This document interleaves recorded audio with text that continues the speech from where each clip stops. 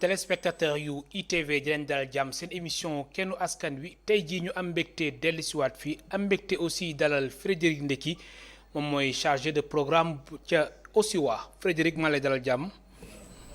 merci El Hadj maa ngi nuyu waa kër gi di nuyu seen téléspectateurs yi. alors ñu fas yéene waxtaanee lépp lu jëm ci coronavirus ak taxawaayu OSIWA daañu waxtaan tamit lépp lu jëm ci aussi si ressources naturelles bonne gouvernance daañu ko yaatal ci kanam tuuti waaye dañuy dem ca ministère de la santé et de l'action sociale fekk fa docteur Marie Khemesse Ngom Ndiaye moom mooy directeur général de la santé mu ñëw ñun si tolluwaayu mbas mi fii ci Sénégal.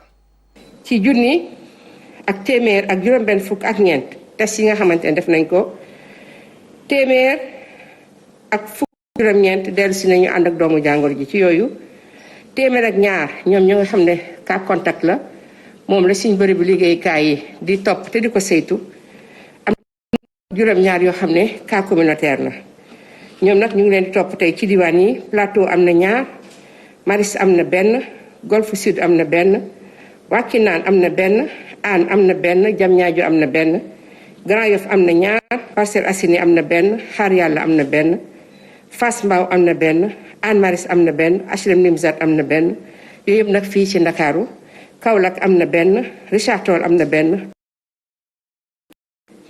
jël nañu tey téeméer ak juróom-ñeenti malade yoo xam ne bi ñu leen saytoo seen yaram gisatuñ ci doomu jàngoro ji Covid-19 ñoom wër nañu am nañu nag ñaar fukki cas grave yoo xam ne ñu ngi ba léegi si suñu bërëb bi sewetaas yi ñeneen ñi nga xamante ne ñu ngi tëdd hôpital ñu ngi ànd ak tan. alors Frédéric Ndeki mu nekkoon Marie Khemesse Ngom Ndiaye moom mooy directeur général de la santé gis nga coronavirus bi tey aussi amande nañ yeneen cas te Sénégal mu ngi toll si juróom fukk ak juróom nit yi nga xamante ni ñàkk nañ seen bakkan.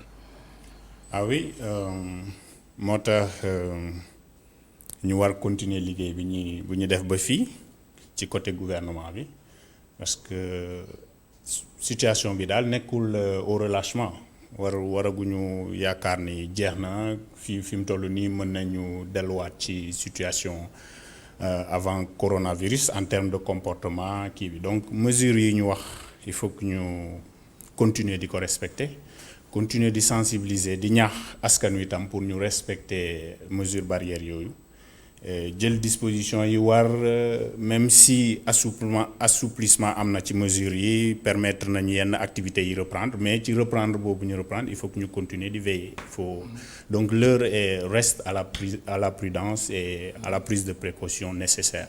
mais alors lu ñu seetlu mooy nit ñi bàyyeeku moom lu am la. nit ñi ñu ngi bàyyeeku carrément.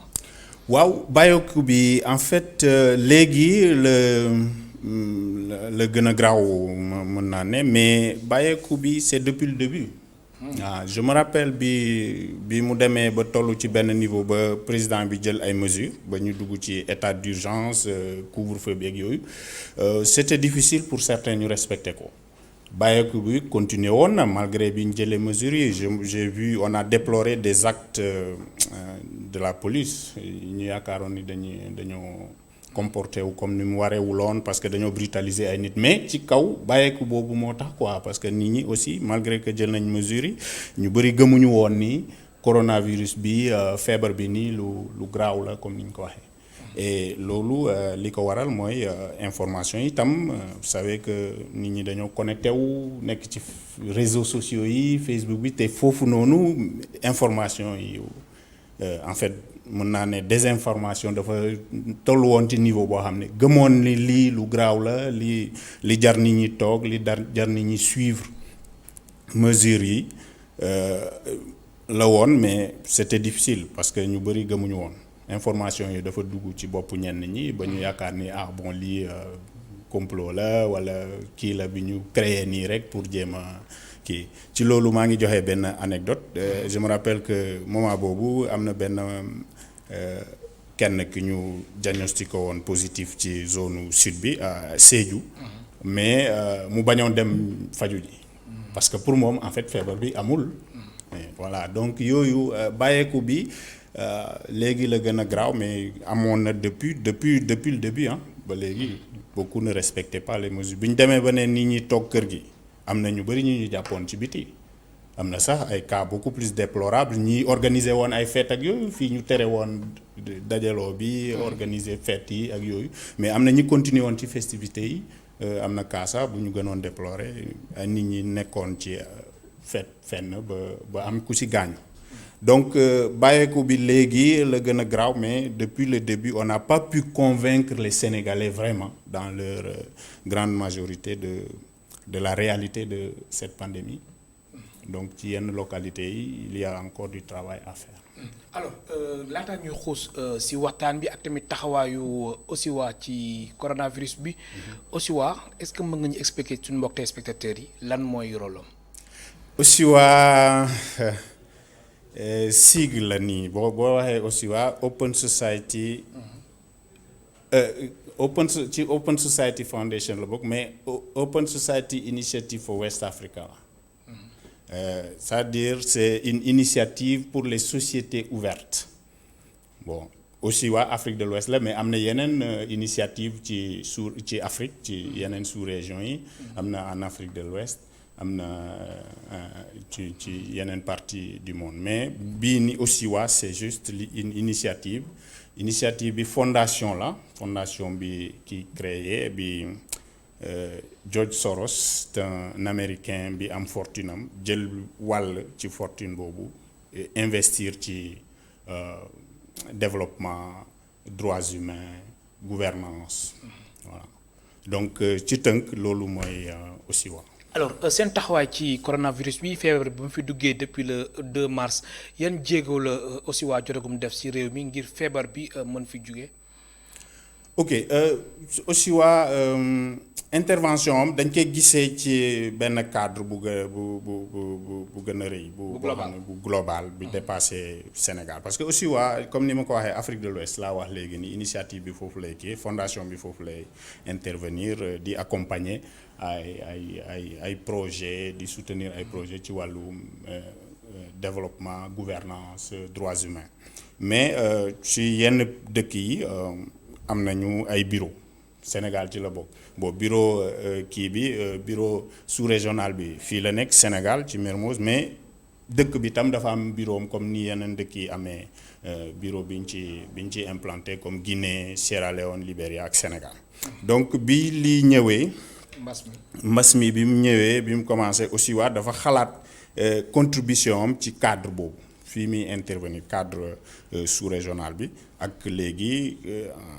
tenir compte spécificité yu dëkk yi ak besoins yi ñuy expliquer yi ñuy exprimer parce que OSIWA dañu am ci dëkk yi ay partenaires yoo xam ne dañuy ñëw pour am collaboration ak OSIWA ci problématiques yi am ci dëkk bi léegi bi lii amee au début on a tout de suite on a tiré l'expérience de li amoon fii avant mooy Ebola parce que OSIWA daf ci benn dëkk bi mu am bureau Ebola dafa graawoon foofu quoi mooy Guinée donc intervention bi ñu defoon foofu ak action yi ñu mënee woon foofu ak suñu ay partenaires ci dëkk boobu am na yenn yoo xam ne dañ ci jëlee ay action yu baax bi lii ñëwee mu am aussi ay similitudes am yenn kii yu ressemblant genre information bi au niveau des communautés pour xamal leen lan la xamal leen yan précaution la ñu war a jël pour fagu et ak aussi éviter muy law donc loolu expérience boobu dañ ko jël commencer di liggéey à partir de loolu mais lii même si dafa am ay ressemblances ak Ebola ak épidémie de manière générale bu nekk dafay am spécificité bi mooy bii nii dafa ànd ak nit ñi tëju nit ñi arrêté ay activités économiques ak donc garaawaay niveau sanitaire bi mu ngi fii réalité la pour éviter mu créer ay morts yu bëri mais garaawaay côté économique parce que nit ñi liggéeyatuñu te nit ñi bu ñu liggéeyatul dans un pays comme Sénégal surtout zone bii ni Afrique de l'Ouest nga xam ne nit ñi chaque jour la ñuy génn daan seen doole pour am lu ñu dundi. alors li ci kaw loolu yan action concrète ngeen jotagum def.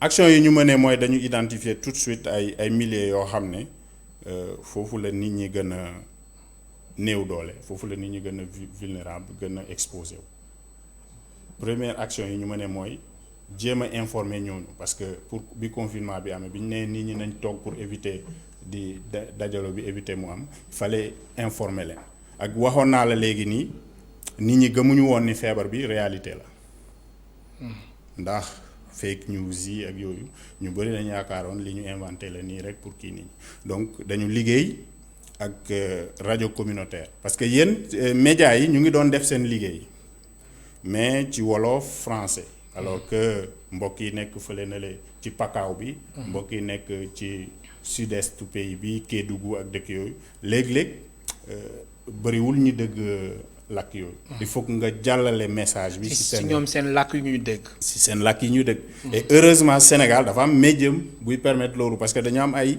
rajo communautaire Sénégal dafa am URAC oui dafay rassembler plus d'une centaine de radios communautaires yoo xam ne dañu mën a jot ñooñu tout de suite aussi waa dafa cibler partenaire bu mel noonu liggéey ak moom day permettre ñu mën a jàllale message bi lawal ko ci nit ñi pour mën a expliquer nit ñi convaincre leen sensibiliser leen ci lii nii pour ñu jël ay dispositions donc tout de suite on a noué une collaboration avec l'URAC et ils ont fait un travail extraordinaire ci côté boobu sensibilisation donc niveau communautaire te xam nañ ni ci suñu dëkk yi nii bu ñu waxee niveau communautaire foofu tam ngay fekk ay nit ñoo xam ne ci ñoo gën a vulnérable lii ñuy wax gel antiseptique max ak yooyu léegi-léegi di nga dem ci gox yooyu nga fekk ñoo xam ne mënuñu ko sax am.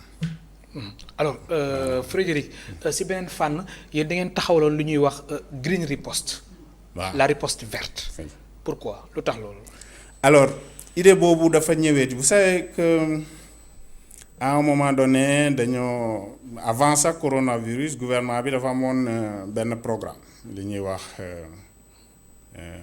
les cleaning day xam nañ dañu demee ci kii aussi le fait que problème mu Dakar bi nii on sait que problème mu salubrité wu dafay posé wu ci dëkk bi président bi sax ci boppam moom moo dem ba noté constaté loolu lancé programme kii boobu noonu. chaque weer bu nekk rek. voilà mu dem si gox yeeg gox gaxaadi quartier yi bale ko ba mu set nettoyé ko. nettoyé ak yooyu effectivement. partenaire boobu foofu la jëlee lii quoi bi bi ñu nekk duggee ci pandémie coronavirus ak mu impliqué ay aspect wu set salubrité. lu bëri parce que c'est revenu plusieurs fois que hygiène bi ci kii la. donc partenaire boobu foofu la jëlee kii bi contextualiser coronavirus bi xam ne lii au-delà de xeex coronavirus bi mu jógee fii nii set boobu noonu ñuy promouvoir dafa war a wéy. maanaam même sax su fi mbas bi jógee. bi fi mbas bi jógee ñu mun a continuer sensibiliser sénégalais yi ci affaire set surtout dans nos milieux surtout ci marché yi parce que foofu noonu kii green riposte boobu ngay wax ni fi mu jël pour tester ko. mooy marché yi alors est-ce que yan résultat ngeen si jot a am ginnaaw ba ngeen taxawalee lu ñuy wax green riposte.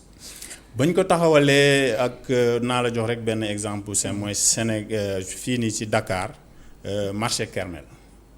marché bu yàgg la xam nga marché Kermel xam nga problème mu kii salubrité vétusté d'abord des locaux ak problème mu salubrité bi mu posé. a fortiori ci période bii ñu nekk.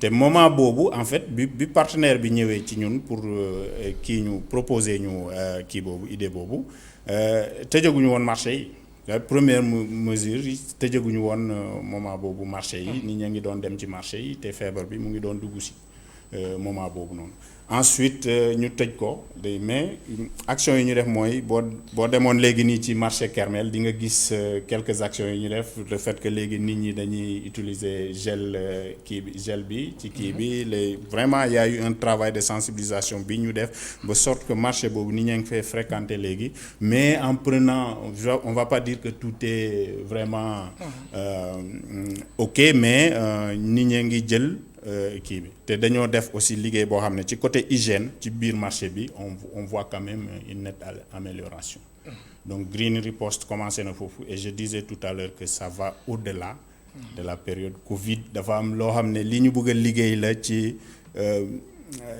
indi Sénégalais yi prendre en compte l'aspect hygiène salubrité ak yooyu quoi accompagner waale programme bi lancé wu mooy cleaning day yu alors dañ seetlu ni aussi yéen waa aussi waa lépp lu jëm ci wàllum bonne gouvernance daf leen soxal te mbirum gàncax bi wala mbirum tamit ressource naturelle bi aussi loolu doo leen ko bàyyi ginnaaw gis nañu aussi impact bi nga xamante ni Covid 19 bi am na ko ci fànn boobule yéen est-ce que taxawal ngeen ay solution yi nga xamante ni suñ jógee ci feebar bi secteur boobule dana mën a soqaliku bu baax.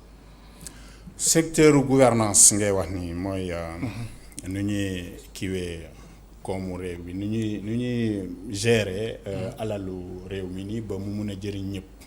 En fait du si ressources naturelles kese loolu ci aspect yëpp la quoi. Bien sûr mais exemple gouvernance exemple boobu. li tax nga jël ko je peux comprendre que parce que ressources naturelles de plus en plus dafa def débat depuis 2016 ba léegi. en fait on va dire que voilà débat la bu récurrent au Sénégal.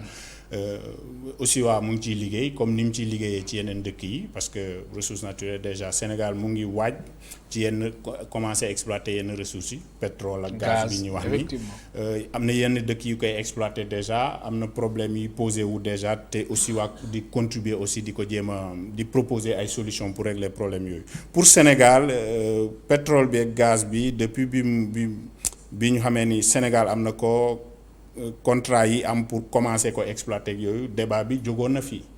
donc ci débat boobu mu am ay acteurs yi jóg pour jéem a kii liggéey ci côté transparence pour ñu leeral débat boobu noonu clarifier lanterne sénégalais yi leeral nit ñi ci li doon xew et am na ci effectivement ñoo xam ne yoo xam ne aussi waa mu dafa kii ak programme aussi waay parce que ñun ñu ngi promouvoir transparence ci wàll yëpp notamment ci ressources naturelles nii ñuy kiiwee parce que ay ressources la yoo xam ne ñu ngi ci dëkk bi dañ see exploiter yenn yi ce n'est même pas renouvelable bu xasee ba jeex na donc gérer ko comme ni mu waree fexe ba dëkk bi ak population yi sentir si gis si am ci seen wàll gis ci seen bopp gis aussi lii mu indi ci dëkk bi c'est important pour aussi pas mu nekk seulement loo xam ne dañ koy exploiter ñu néew un petit groupe ñu jëriñoo ci au détriment voilà akimoo ko au détriment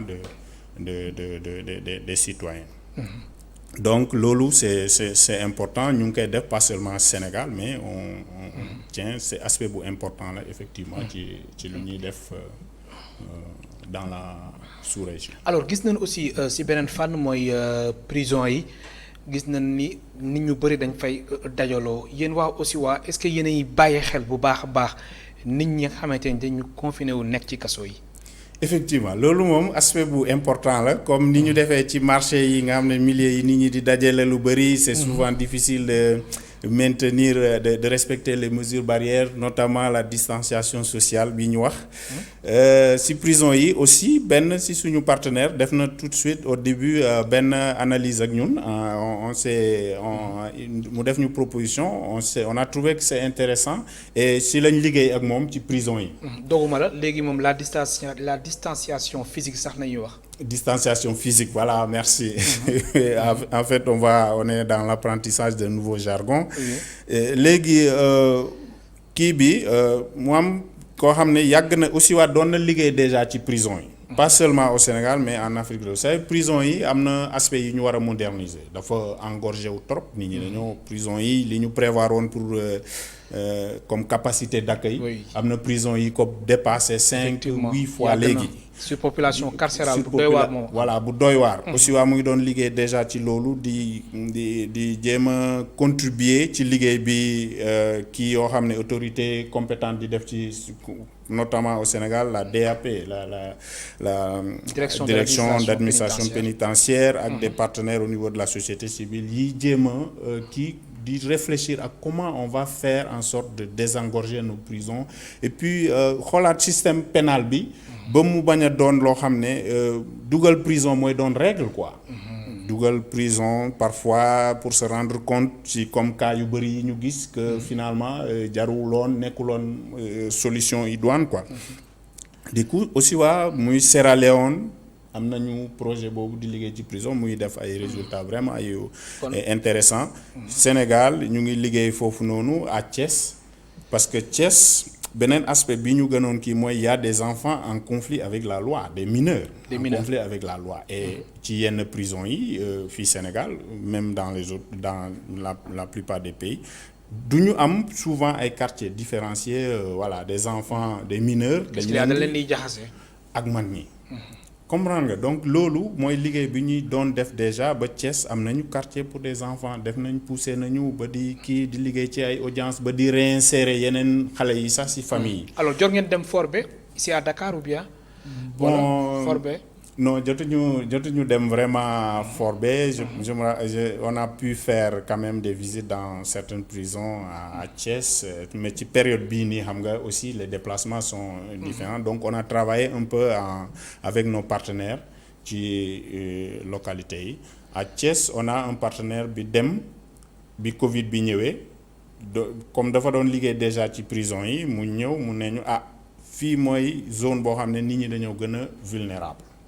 Imagine que c'est déjà un état de confinement habituel moo xam ne nit ñi dañoo nekk, c'est difficile de surpopulation carcérale bi ma la wax noonu, c'est difficile ñu respecter distanciation physique bi ak mesures yi.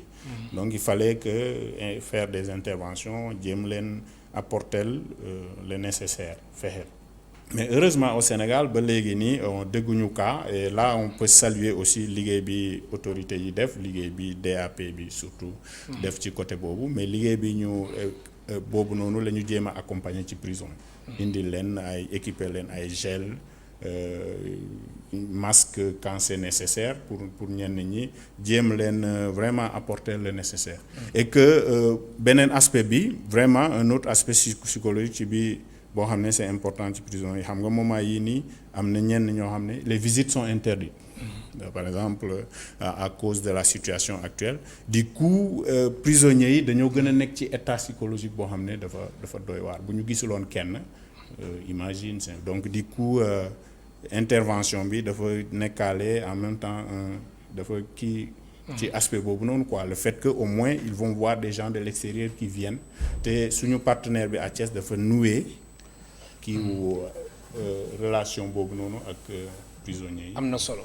ma fàttali suñu mbokk téléspectateurs yi ñu ngi dalal Frédéric Ndeki, moom mooy chargé de programme ca OSIWA. mu ngeen participer ci émission bi soo leen wootee ci 33 824 88 06. alors Frédéric, ak explication yi nga fi jot a joxe jëm ci wàllum prison bi, est-ce que yaakaaroo suñu politique pénale dañ ko war a saytuwaat bu baax a baax, moo gën rek ku jug rek ñu dugal la ci kaso bi. Oui, loolu je crois que liggéey la bi ñu war a def quand même Sénégal.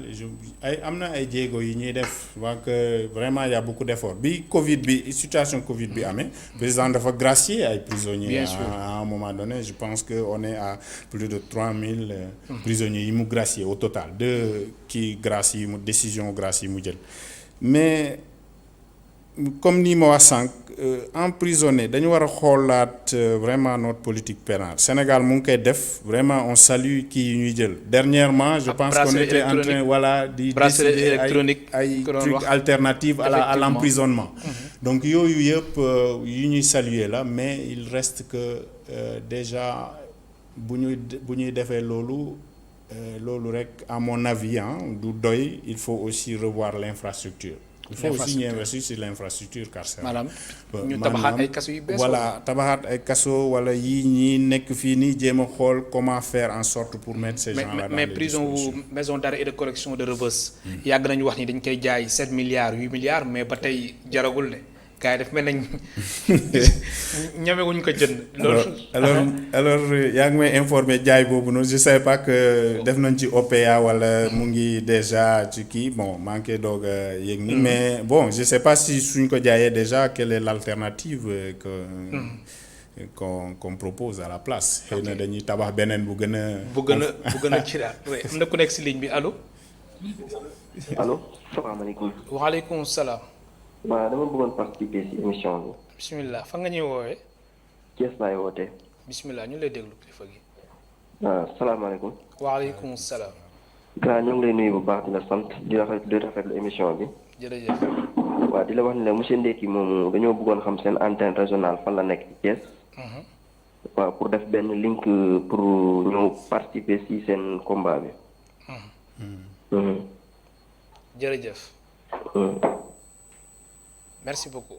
Ok, Thiès en fait Oussouye amul vraiment antenne régionale. Antenne régionale, ça voudrait, je sais pas ce qu'il entend par ça, mais dañoo am ay partenaires ñun Oussouye day accompagner ay partenaires su société civile yi nekk foofu il y a l'association pour le sourire d'un enfant xaw ma ndax moom xam na ko wala boog bu demee Thiès aussi dina xam buy def ay buy liggéey vraiment avec pour la réinsertion des enfants en conflit avec la loi ou voilà ou qui n'ont pas qui se retrouvent en dehors de leur famille.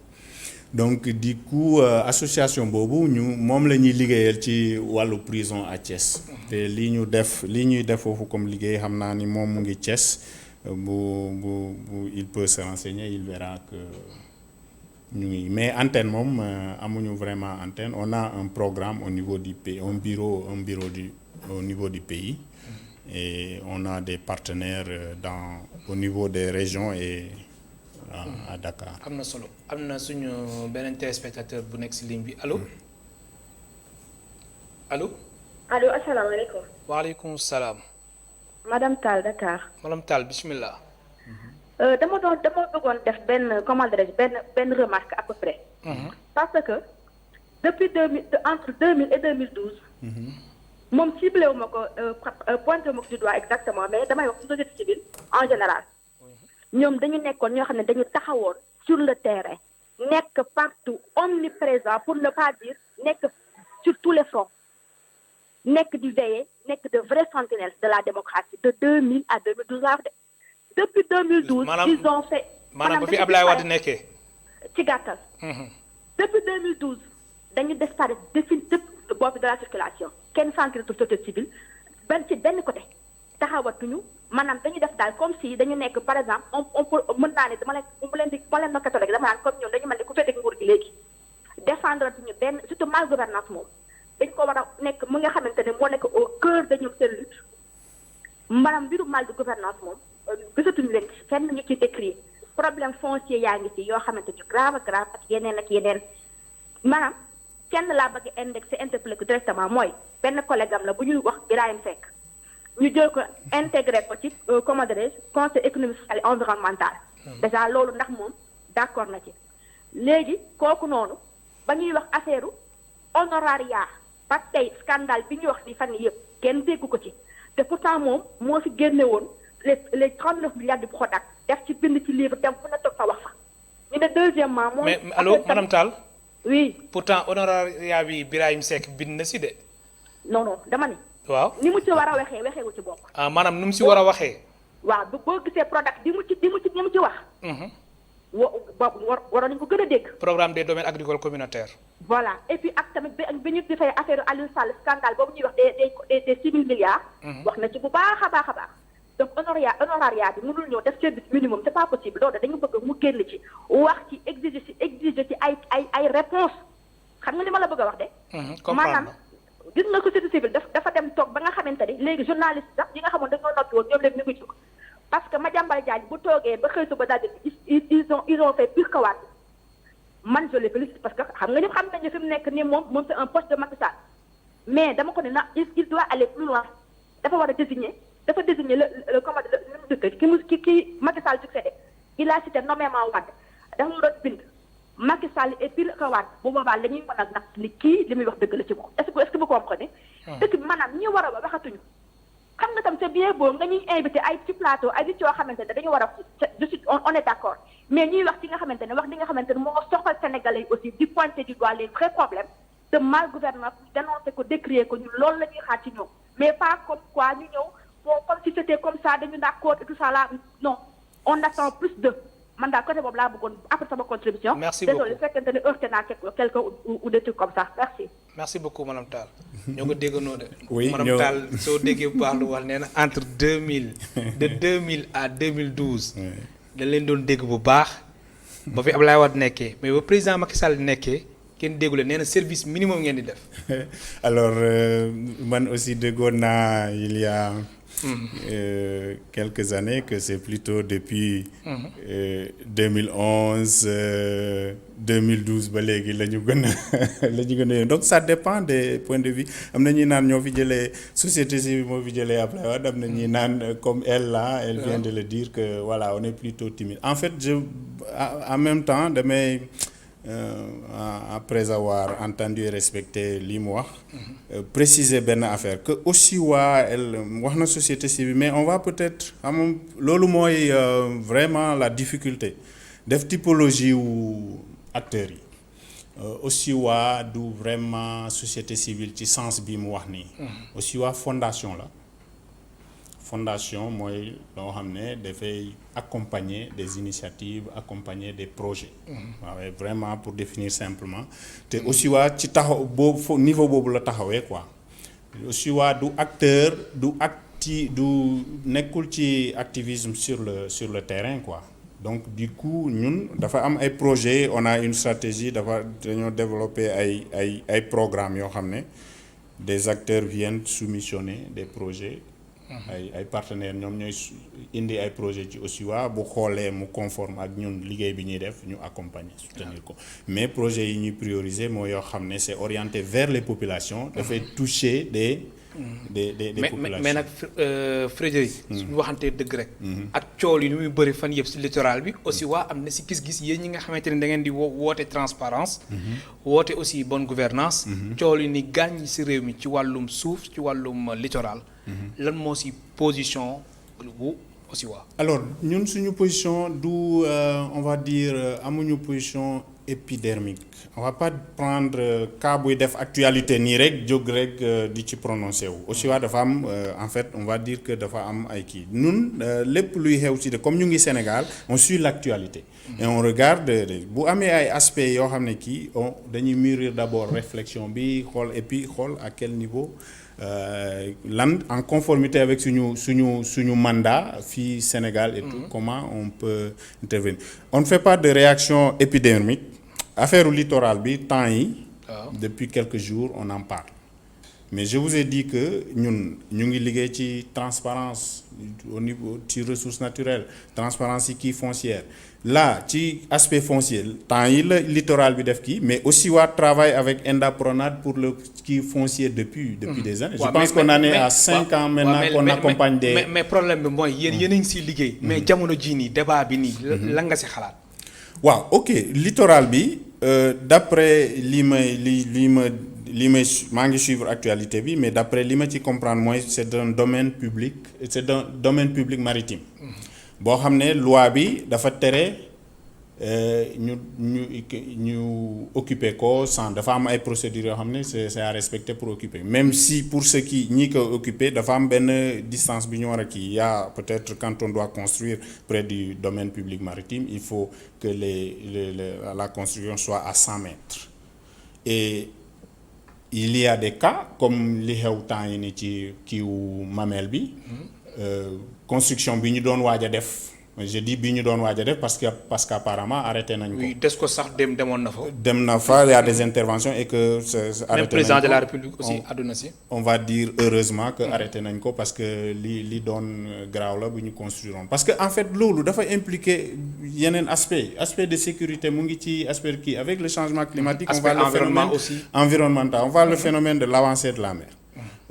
fréquenté naa Gorée lu bëri ci at yi passé te gis naa à Gorée avancée de la mer bi kii mu nekk di def donc s'il y a des constructions yoo xam ne dafa fat fépp et que problème sécurité mu ngi am ci ak avancée de la mer ñu ngi wax affaire u changement climatique il y a ce phénomène là est en train de bouleverser un peu donc bu amee en plus ces constructions excusez-moi l'expression illégale ci kii bi nii te respecter un droit mais ñun on ne peut qu'être pour le respect de la loi ce que la loi prévoit ci loolu noonu bu prévoir ni comme effectivement c'est le cas au Sénégal que c'est illégal d'occuper et qu'il y a occupation il y a un problème donc ñi koy décrier en fait nous on ne peut pas être contre le fait que la loi soit respectée dans un pays quoi.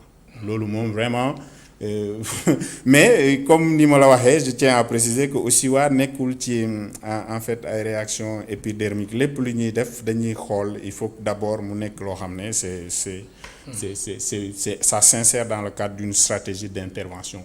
Parce que au gré de l'activité, si tu veux construire ta stratégie en suivant seulement l'actualité dans un pays, alors que Osiwa n'intervient pas, même pas dans un seul pays, ça peut être problématique. Quoi. Am na ku nekk ci ligne bi allo.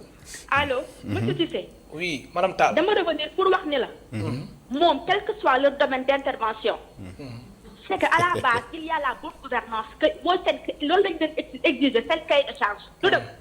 donc ñoom dañu war a dem ba gis nga bonne gouvernance moom mooy à la base mënuñu nekk ci benn dëkk def non il s'agit pas de réaction épidermique parce que problème foncier mi ngi Sénégal depuis Mathusalem c'est depuis des années qu'on parle de ça donc ñoom bu ñu war nañu imprégné wu di xool la réalité sur le terrain pour mën ci réagir c'est ce que aussi les gens attendent du amul benn parti pris ni rien du tout gis nga comment dire gis nga situation boo ci fekkee dañ ci war a réagir war ci wax et puis mu nekk li nga xamante ne même bu fekkente ne du sa domaine d'intervention xam nga laaj nga ko léegi ndax visite na Fort Bay mu ne la déedéet laaj ko depuis quand ils sont là et depuis quand waroon nañu dem visiter toutes les prisons du Sénégal xool bu ci nekk naka la fa prisonniers yi toogee ak conditions carcérales yi ñu leen di c'est que dafa am à la base yoo xamante ne mënuñu ko évacuer nii de revers de main non je suis désolée c'est pas possible loolu laa bëgg a ajouter merci beaucoup.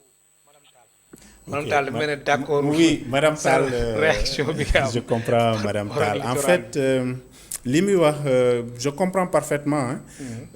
Mais juste pour wax ko ni du mandat aussi waa vraiment descendre sur le terrain pour militer. Ñun on n'a pas ce mandat. On est une fondation, on a am na ay aspects yi ñu mettre en avant yoo xam ne quand des partenaires travaillent sur ces aspects-là on les accompagne ci foncier bi muy wax am nañ partenaire quand même boo xam ne vous savez qu'il y a eu surtout au niveau rural du foncier rural il y a eu beaucoup de cas de spoliation suivre nañ fi Fanaay ñu ngi suivre actuellement Sandiara et tout ce qui se passe dans cette zone et on a un partenaire bi ñëwoon avec un projet aussi waa qu'on a trouvé pertinent pour vous soutenir je vous dis que si liggéey bi ñu def on a pour donner quelques exemples de résultats il y a des décisions judiciaires qui ont été prises en faveur même des trucs où des gens qui ont été dépossédés ont été rétablis dans leurs droits ñun loolu liggéey boobu la ñuy def vraiment et je vous dis je comprends Madame Tall mais je vous dis que ñu ngi fii pas pour dans une adversité avec les gouvernements parce que on est dans plusieurs pays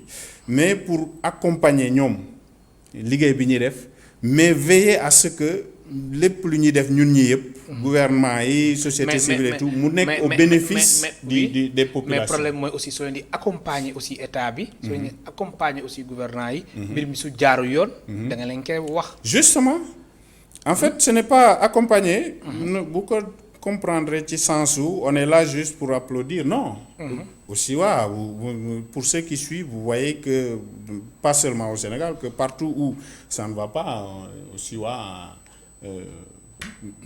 quand il s'agit on a même Sénégal fii nii am na ñuy accuser aussi nii de soutenir l'opposition je lis souvent dans la presse que tel est soutenu par aussi te loolu am Bon, des fois même ce n'est pas souvent ce n'est pas le cas, mais c'est juste mais que les gens nous voient dans la position critique. Préjugé bu leen di yóbbee ni souvent quand on critique les gouvernements dans les différents pays on pense que c'est aussi da ngeen di jàppale des fois opposition bi wala. Non, pas vraiment opposition nee naa la. ay Y'en a marre nag. Tout projet boo xam ne ñun gis nañ ni c'est vraiment ça c'est la cible c'est les populations, c'est là pour le bien-être des populations et tout aussi waa def. Y'en a marre da ngeen di liggéey wala. Non, Y'en a marre actuellement, je n'ai pas trouvé à Osiwa. Man, quand même, je veux dire que j'ai rejoint Osiwa en mai 2019, il y a un an, mais je n'ai pas trouvé de projet de Y'en a marre. Loolu leer allo am na ku nekk ci ligne bi allo. Alaaji Malick. bismillah daam. waaw ñu ngi leen di nuyu. di nuyu invité bi. mu lay dégg bu baax. waaw Alaaji Malick madame Tall li mu wax am na solo de. Alaaji Malick madame Tall li ma am na solo li ma siy yokk fi ñu toll nii Alaaji Malick société civile bi mu ngi nekk di noppi si loo xam ni doy na waar trop déet waay lu jëm si littoral bi ku mel ni Babacar Ba. nga xam ne avant ñu koy fal kenn. OFNAC ban ko waaw OFNAC. waaw OFNAC léegi membre la fa de keroog rek prêté na serment. waaw jërëjëf waaw avant muy prêter serment kenn noppi woon na mu dem ba prêter serment kenn déggatu ko te mu nekk koo xam ne kàddoom da daan peser. bu waxaan ñëpp a koy déglu. El Hadj Malick man daal société civile fi mu toll nii daal nguur gi daal deful lu dul di faagaagal société civile bi sama xalaat. te loolu moom dans un pays de démocratie li ko madame Tall waxoon sa émission ba nga ko fi invité. El Hadj Malick. waaw les gouvernants doivent gouverner les opposants doivent s'opposer ñu ngi leen di gërëm di leen sant bu baax. jërëjëf. Les gouvernants doivent gouverner, les opposants doivent s'opposer. Oui, ben, je suis d'accord avec ça. Sauf que maa ngi dellu ci li ma waxoon sànq il est peut-être xëy na ni ma ko waxee leerul ñu préciser bu ñuy wax société civile ak ay structures yu mel ni OSIWA c'est différent société civile léeg-léeg dana collaborer ak fondation yu mel ni OSIWA wut accompagnement wu ñooñu parce que en fait dans le travail bi ñuy def dafay am aspect boo xam ne am na fenn fu ñuy soxla xaalis pour mettre en œuvre des projets mettre en œuvre des activités yi ñuy mënee dafay laaj xaalis mu am nag des gens qui ont mis des fonds pour accompagner pas seulement la société civile mais des gouvernants parce que am na aussi du rek société civile lay appuyer par exemple pour mu taper sur le gouvernement non quand on trouve un aspect bu ñu gisee ni am na fenn fu ñu mun a contribuer ci li gouvernement bi di def aussi waa daf koy def bu ñu munee accompagner société civile ci li ñuy def parce que ñu ngi koy def pour mu bénéficier askan wi on le fait. On n'est pas ni opposition ni vraiment. mais alors juste pour évacuer aspect boobu rek. société civile. ñaata ci ay kuréel ngeen di jàppale. ci dëkk yi yëpp wala. fii Sénégal fii Sénégal alors là. bëri na bëri na waaw bëri na rien que période Covid bii nii. parce que lenn li ñu waxul mooy Covid bi ñëw na fii nit ñi ngi intervenir. Il y a des jeunes par exemple qui sont descendus sur le terrain pour faire des jeunes des étudiants qui sont descendus sur le terrain pour faire de la sensibilisation et loolu mooy intervention genre yi aussi waa di def may ma tuuti ma insister ci parce que bi lii amee des professeurs de l'université Gaston Berger dañoo mobiliser ay jeunes dañoo am benn projet bi ñu wax ni 100 000 étudiants contre le Covid. ñoom ñëwoon nañ fii sax invité woon nañ leen. gis ngeen ñooñu ak action yu mel noonu aussi waa dafa day appuyer day accompagner genre activité yu mel noonu xam nga lu tax mu am solo pour soutenir étudiants yi. parce que li ma la waxoon sànq li ñu def ak URAC rajo communautaire yi. pour kii affaire sensibiliser ci làkk yi yëpp. moom université rek mooy béréb boo xam ne parmi les rares endroits où tu peux trouver aussi li rajo communautaire di def parce que da ngay fekk ay étudiants yi am capacité comprendre lii ñuy wax ni en français ak les termes techniques santé et tout simplifier ko wax ko seen làkk sensibiliser au niveau de mais alors ci wàllum société civile ñi ngeen di jàppale par weer lay doon wala at. non maanaam nan lay demee exactement. c'est des projets. waaw projet nag mun na dépendre. période Covid bii nii nit mën na indi projet boo xam ne day en un mois day mener benn activité nit mën na indi projet boo xam ne dans 2 ans lay mener ça dépend amul genre chaque mois lii la ñuy def non c'est des projet durée la activité la boo xam ne dafay nekk ci dans une durée déterminée mu jeex quoi. juste pour terminer gestion fonds force Covid 19. nan nga ko gisee. 1000 milliards. yu ñu dégagé woon ak yëpp. gestion bi. jàpp nga ni am na transparence am na ci askan bi ñu jàpp ni mbir mi leerul. ñu ngi koy mettre déjà en œuvre vous savez pour mën a évaluer il faut que à un moment donné il faut pour mën a prononcer wu ci. ndax gérer nañ ko baax wala gérer wuñu ko bu baax il faut que ñu mën a évaluer te xam naa ni fonds Covid 19 mettre nañ ko en œuvre il me semble qu'ils sont même en train de je sais pas s'ils ont mobilisé les 1000 milliards. mais il y a 2 jours de cela bi ma dégg ministre des finances Abdoulaye Daouda Diallo ne am na yenn 300 milliards xaw ma li dugg ci fonds bi je sais pas ndax boucler nañu les 1000 milliards et on n'est pas non plus à l'heure de mën a prononcer wu ndax li gérer nañ ko gérer ku ñu ba. oui très rapidement soit léegi dañuy préciser benn affaire bi mu commencé il y a quand même ci mise en œuvre bi ay kii yi ñu décelé y a aussi débat sur certains aspects. Oui. mooy par exemple pour l'aide d'urgence alimentaire. déggoon nañ fi ay. am na si ay régions yi nga xamante ne jotaguñ ba léegi sax. voilà ak problème la aussi ci marché yi ñu lancé woon il y a eu des questionnements sur voilà kii wu appel d'offres yeeg yooyu noonu yooyu yëpp c'est des questions yoo xam ne ñu ngi suivre actualité comme ni ma la waxee sànq du ñu dégg lii nii tey ci médias yi aussi waa jóg tout de suite en position non on n'est pas une structure comme ça ñu ngi suivre quand même on est dans le pays on suit l'actualité du pays et puis à un moment donné on pourra se faire une analyse de tout ça. daal yéen a ngi daal ubbi seen bët di xool su waxtu bi jotee ngeen wax. non pas su waxtu wi jotee je ne sais pas ndax mus nga dégg fenn aussi waa génn def déclaration dans un pays quelconque sur une gouvernance non ñun ñu ngi def ay analyse on analyse et on fait des propositions. Et s'il le faut comme ni ma la waxee fondation là on fait des contributions concrètes c'est-à-dire noonu la suñu action di defee on n'est pas là pour génn te moi que je sache musuma ko dégg aussi waa génn point de presse on fait une déclaration et tout non on a quand même une analyse pour comprendre déjà li am pour mën a xam ñun comment on peut aider. am na solo loolu mooy kii aussi. Frédéric Ndéki maa lay gërëm bu baax di la sant. merci beaucoup. merci c'est moi qui vous remercie. fa fàttali ñu doon dalal Frédéric Ndéki moom mooy chargé de programme ca OSIWA mbokk téléspectateurs yi di leen gërëm bu baax di leen sant ba suba incha allah.